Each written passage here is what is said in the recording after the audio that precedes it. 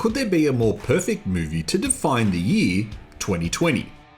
A year that started with so much promise, and then a virus outbreak threw the world into chaos.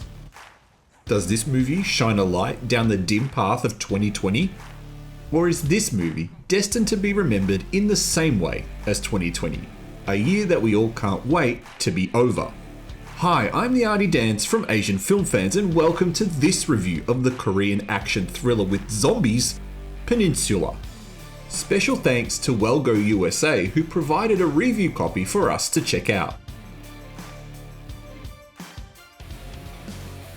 Set 4 years after the event of Busan, the peninsula of Korea has been completely overrun by zombies and is essentially a worldwide no-go zone, where strangely no government anywhere in the world has attempted to liberate.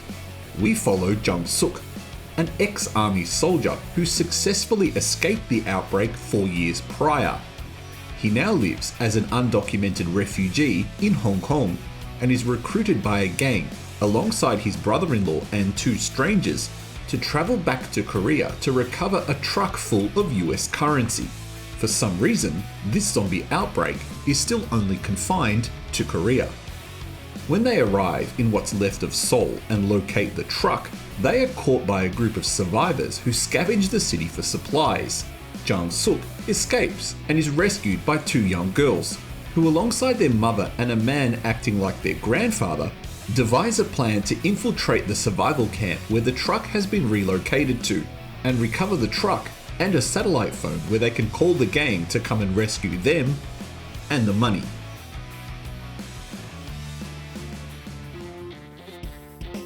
So the big question is this: is this a good film or just another zombie action movie?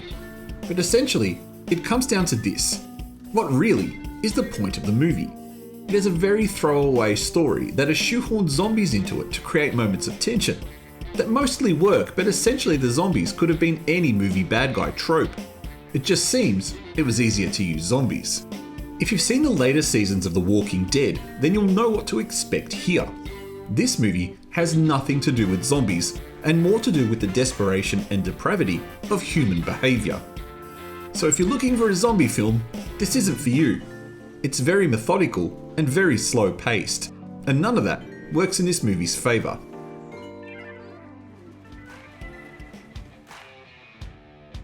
It's hard to argue against the stylish and professionally clean look of Korean cinema. It feels like they are trying to take over the mantle of blockbuster movie producer from Hollywood, and in that case, this movie would be more comparable to the aforementioned The Walking Dead than World War Z. The mostly dark and dim scenes hide any issue with the special effects, so in general, they look rather clean. However, due to the current situation, I wasn't able to experience this movie on the big screen, where generally movies like this should be enjoyed. There are a few things in this film I did like though. I like the exaggeratingly animated way the zombies reanimated. They look like marionette dolls being pulled up by invisible strings. I also like the deadly zombie survival game that's played in the survival camp.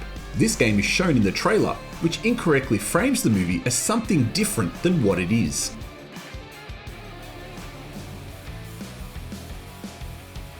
Sit down, this bit is long. First is my main bugbear, and that's the 2 young girls, Jun-hee and Yoo-jin, the little girl you meet in the trailer. 많이 무서웠죠. Jun-hee drifts a 4-wheel drive around the streets of Seoul full of abandoned cars like she's playing a video game. No way a 4-wheel drive can be drifted at the speed she drives it without it flipping over. Yoo-jin, on the other hand, is just too mature for her age. A girl who's around 7 years old, acting like she's 25. Then there is the grandfather, who is only there for the comic relief, and another scene that comes into play right at the end of the film. But there's more. How is there still electricity in the city 4 years later? How does a car alarm still go off after the car has been sitting there for the same period of time? Why are there so many coincidental moments in this movie? I realise it's a movie, but it gets annoying the 10th, 20th, 30th time when something coincidental just happens for the story. And why are the non-Korean bits so cringy? The English spoken at the start is either laughably bad or delivered by terrible actors. Looking at you specifically, people on the TV in the intro. And if that's not bad enough, I was watching this movie with a native Cantonese speaker who was perplexed by the gibberish that was spoken by the characters in Hong Kong. Koreanese? Cantorean? We're not sure what language they were speaking. But the worst element of the movie is the pace. Why is it so slow, and why is it so uninteresting?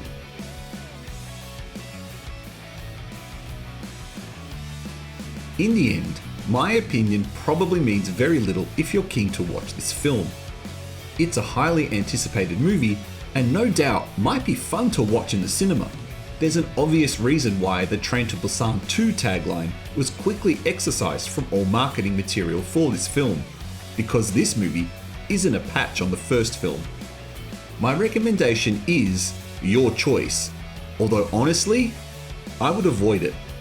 If you've seen it, what did you think? Thank you for watching this review. Please don't forget to press the like button and consider subscribing to support our channel.